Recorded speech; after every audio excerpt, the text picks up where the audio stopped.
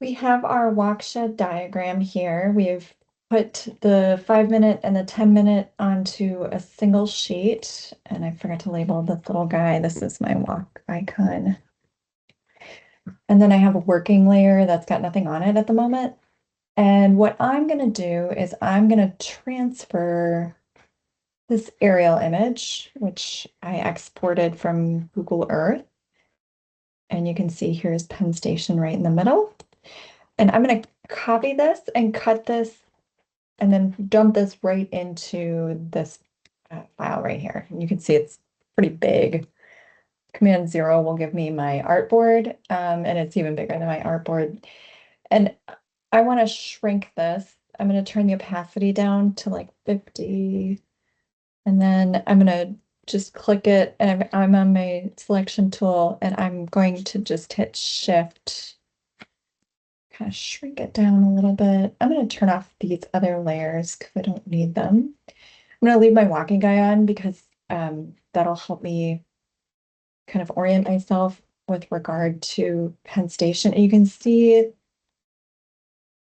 underneath my aerial is my map, and I'm just kind of shrinking this map until it kind of aligns with the street grid underneath.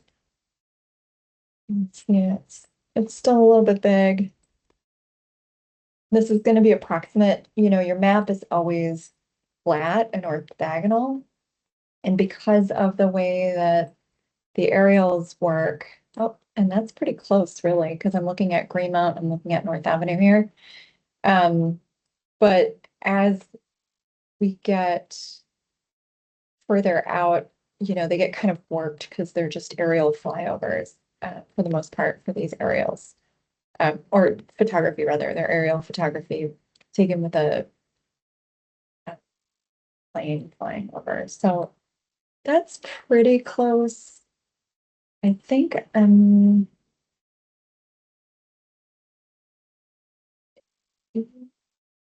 there we go. I think that looks about right. So that's my aerial. And now I've got an aerial underlay. Push it just a little bit more. That's pretty good. Okay. So we've got my walk guy in the center. I'm going to turn this map off. I'm going to call this one aerial. And let's see, aerial. I don't want it full opacity, but it's a little light for my liking. So I'm going to hit 70. I'm going to turn these walk shed diagrams back on. I'm going to pull this underneath. And now I've kind of got an idea. You can see the 10-minute is still a little bit bigger, but that's fine. I think for now I'm going to turn off my 10-minute.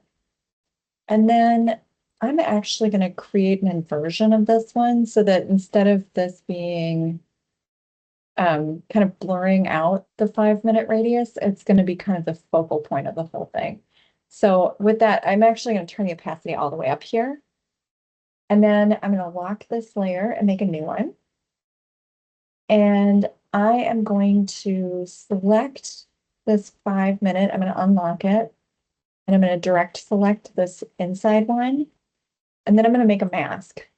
So I'm going to draw a rectangle around the outside of this. And then I'm going to put that on a new layer before I forget. And I'm going to call this mask. And then I'm going to hit edit, paste in place.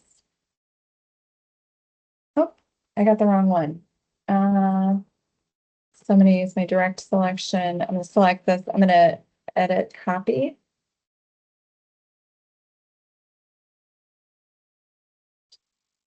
This extra layer in here. That's a working layer. And then I'll open up my mask layer. I'm going to edit, paste in place.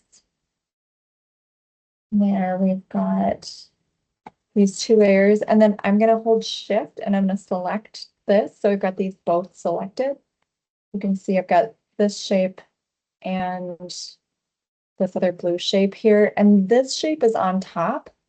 So you can see in the drop down, you've got this irregular path and then the rectangular path, and the irregular path that's on top I want to make a compound path out of that. So I'm going to use this shape builder tool. What I'm going to do is I'm just going to click this and then I'm going to click this. So now you see that I've got this kind of cut out. And I'm going to turn my 5-minute guy off.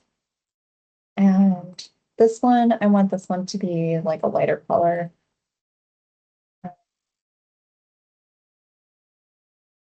So I've just selected it. I'm going to do a lighter color. I'm going to change the opacity.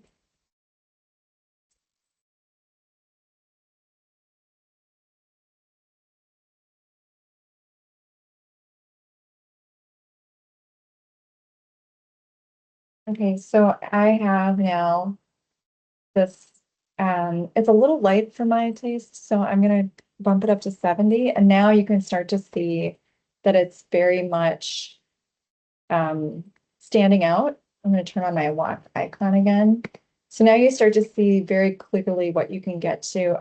For this one, so the path that's left over, I want that to be my border. I'm gonna make it kind of like an orange color, and I'm gonna maybe like I'm gonna make sure that it's 100%. And then to be a little bit thicker. And I think I want it dashed.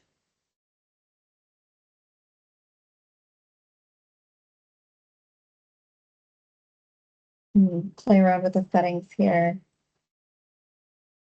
Maybe like 4 and 2 and 2 and 2. So that'll give me kind of like a dash dot dash. Okay, so I think I like the way that's starting to look. It might need a little bit more refining, but I'm going to pause right now and then we'll do just one more overlay on this as a circulation diagram, and then we'll move on